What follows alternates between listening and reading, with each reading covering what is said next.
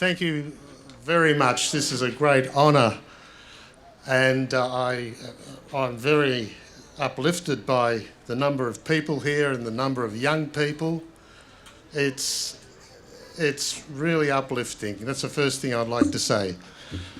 I'm not practising at the moment because my licence was suspended in 2021, but I was practising as a general practitioner in North Sunshine from 1985 till 2021.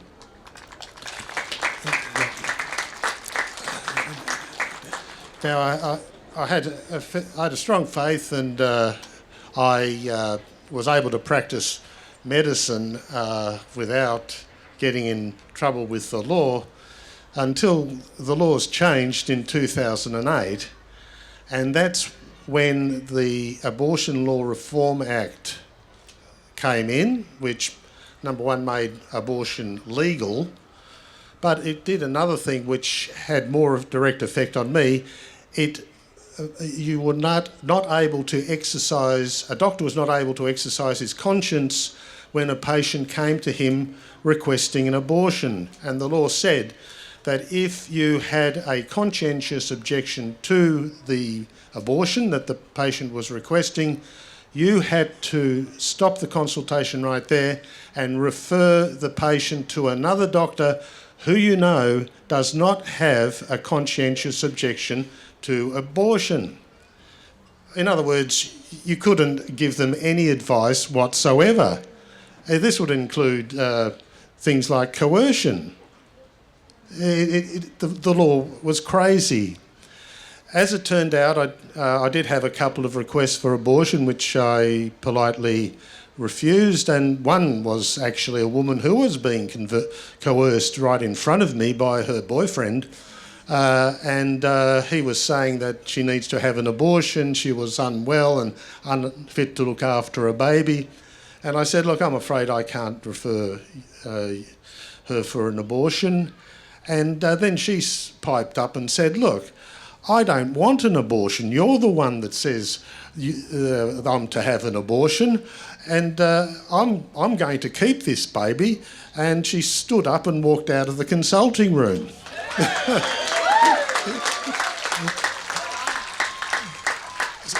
So I broke the law right then. That was only a few weeks after the law changed, and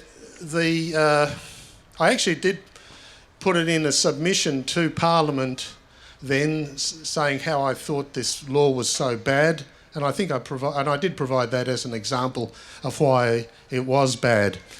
But as time went on, I had even a much more serious request of the couple. It was an Indian couple. The wife was 19 and a half weeks pregnant.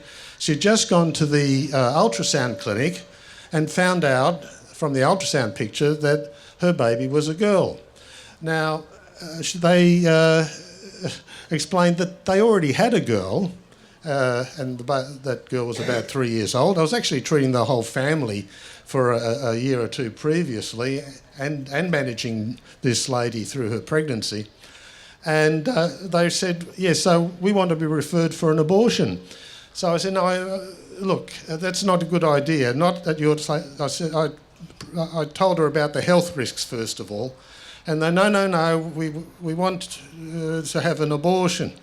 I said, no, look, I'm sorry, I can't do it. In the end, I was not getting through to them, and I ended up saying, look, I'm unable to refer you for an abortion because of my religious beliefs. Because I thought, well, maybe they'd understand it at that level, which actually they did, and he understood, and he said, oh, that's okay, then we understand. Okay, so anyway, they went somewhere else, and she had the abortion a week later. She then came back. They came back a couple of weeks after the abortion and for a checkup. And she had the letter from the abortion clinic and all that sort of stuff. So I managed her through that. And I kept on seeing her and the family. So this was going through 2011, 2012. And when it came to end of 2012, she became pregnant again. And at that stage, I was thinking, goodness me, what's going to happen this time? And they kept on seeing me, and then it was getting closer to the time that the ultrasound was going to happen. Oh, goodness me, what's going to happen here? And I spoke to the father, and he more or less said to me that, well, you know, if it's a girl, well, we're going to do the same thing. And I was just stunned. But this prompted me to refer. I knew there was only one place she could go for a late-term abortion. That's the place she went to the first time. That was the Mari Stopes Clinic in Dandenong. I don't know if it's still there. There was a doctor there that did late-term abortions, and he was notorious. He was eventually struck off. That prompted me to report this doctor to the medical board for basically unprofessional behaviour, for the reasons I said, that he's done an abortion at 19 and a half weeks for no good reason, and now I've got another patient. I've got this patient who's pregnant again, and he might do it again. Anyway, I reported him to the medical board. That's APRA. APRA writes back to me 2 weeks later or something like that. No, he's done nothing wrong when he did the abortion at 19 and a half weeks for gender selection. They didn't say gender selection, but I made it clear that there was gender selection abortion. He did nothing wrong. And, so case dismissed. Then, a couple of weeks after that, they sent a letter to me. And they said, we're investigating you for refusing to refer a woman for an abortion and denying her rights. So they started investigating me, which I sort of suspected was going to happen. But I couldn't have it on my conscience that I didn't do anything to try and stop this horrendous event.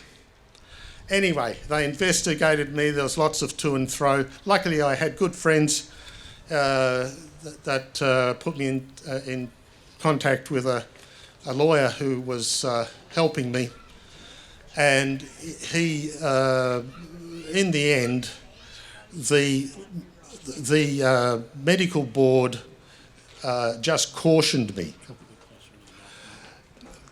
Just cautioned me. They didn't charge me with malpractice or anything like that. They didn't say that I denied a woman her rights. They cautioned me because in a newspaper article I said, with regards to the abortion law, just because it's the law doesn't make it right.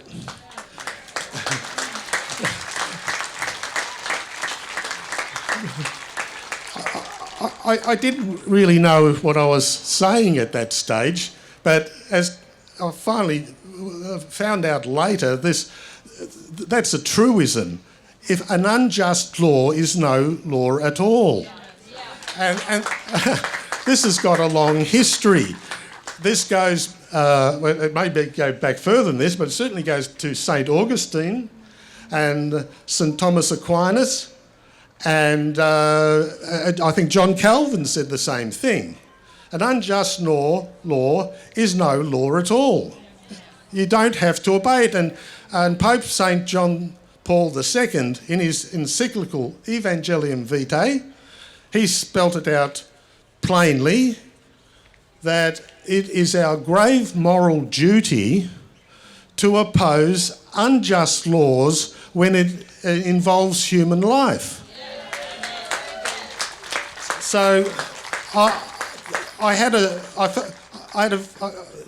felt I had a very strong moral foundation to do what I did. So anyway, I got cautioned, which was it's a very minor penalty. It's a nothing really. But anyway, obviously nothing's changed. We've still got the same laws in place that we did back in 2008. We've got pretty much the worst abortion laws in Australia. I think Tasmania has got this denial of conscience clause in its legislation as well, but the other states, I think, they don't have that denial of conscience clause. But we've got really bad laws here, and this law where they deny your conscience to and have to refer a patient for a treatment you think's not in the patient's best interest, well, that is a form of civil conscription of medical services. If that's not civil conscription of medical services, I don't know what is. You're basically directing a woman to kill her baby. Now, there's a constitutional law against that. It's section 5123A of the Australian Constitution. There shall be no civil conscription of medical or dental services at all. This was brought in shortly after World War II. It had bipartisan support, the Labor Party and the Liberal Party. Robert Menzies was a big promoter of it. And that was brought in because, guess what? The unjust anti-life laws of the Nazi Party, and they didn't want any laws like that here, where the government tells doctors what to do and forces patients to have treatments that they don't want. I have written, I think it's, to my mind, maybe I'm biased, but to my mind this is crystal clear. But I cannot get any, I've spoken to a number of lawyers about it, but I don't get anywhere. So I'm just letting you know, 5123A of the Constitution and the Conscience Clause, Section 8 of the Abortion Law Reform Act 2008, that Section 8 is totally unconstitutional and must be struck out. Then doctors can speak out against abortion, because that's why they don't speak out against abortion. They're too scared, because they get suspended. And when these people suspend doctors, they suspend them for years. I've been suspended for 4 years now, and I still haven't got a trial. My trial won't be until April, and goodness knows what's going to happen there. It's a joke. But they do that to the other doctors too, like you may have heard Dr. Jereth Cock. He did Facebook posts, social media posts saying abortion was bad. He may have said murder, I'm not sure, it doesn't matter, it is murder. And he said that the transgender treatment was no good. And so they suspended his registration. Now it's 6 years. And then he's had his trial and they said, yes, he's guilty. He's trying to help people and he's guilty. This is the regime that we're fighting against. And I'll tell you, I've come to the conclusion that the only way we're going to win is through you people.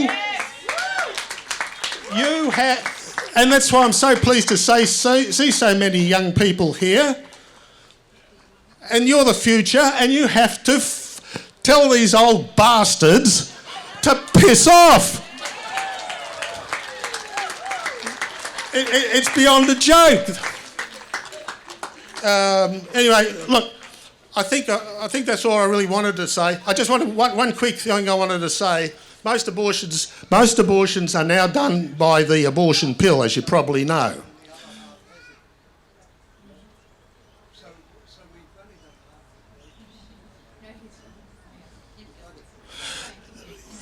The abortion pill, that does by far the majority of abortions in Australia now. There is an antidote. If the woman takes a pill, which is basically high-dose progesterone, it can either be a tablet, an injection, or a vaginal pessary. That's a tablet you insert into your vagina, and you use that early enough, within 48 hours, you use it for 2 weeks, it will stop the abortion pill. I've reversed 5 pregnancy abortions out of 6 attempts. 5 out of 6, that's pretty good. 4 live babies. 4 live babies. One, unfortunately, didn't make it past another few weeks. But that's a very good success rate.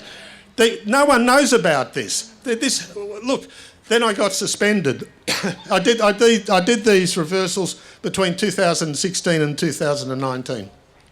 So I just want to let you know about that, because they do it in America. No one talks about it because the regime's against people who want to stop abortion. It doesn't get reported or anything like that. They keep it quiet. But that's, excuse me, treatment that's available. Look, thank you very, very much for listening to me. God bless you all. Thank you very much.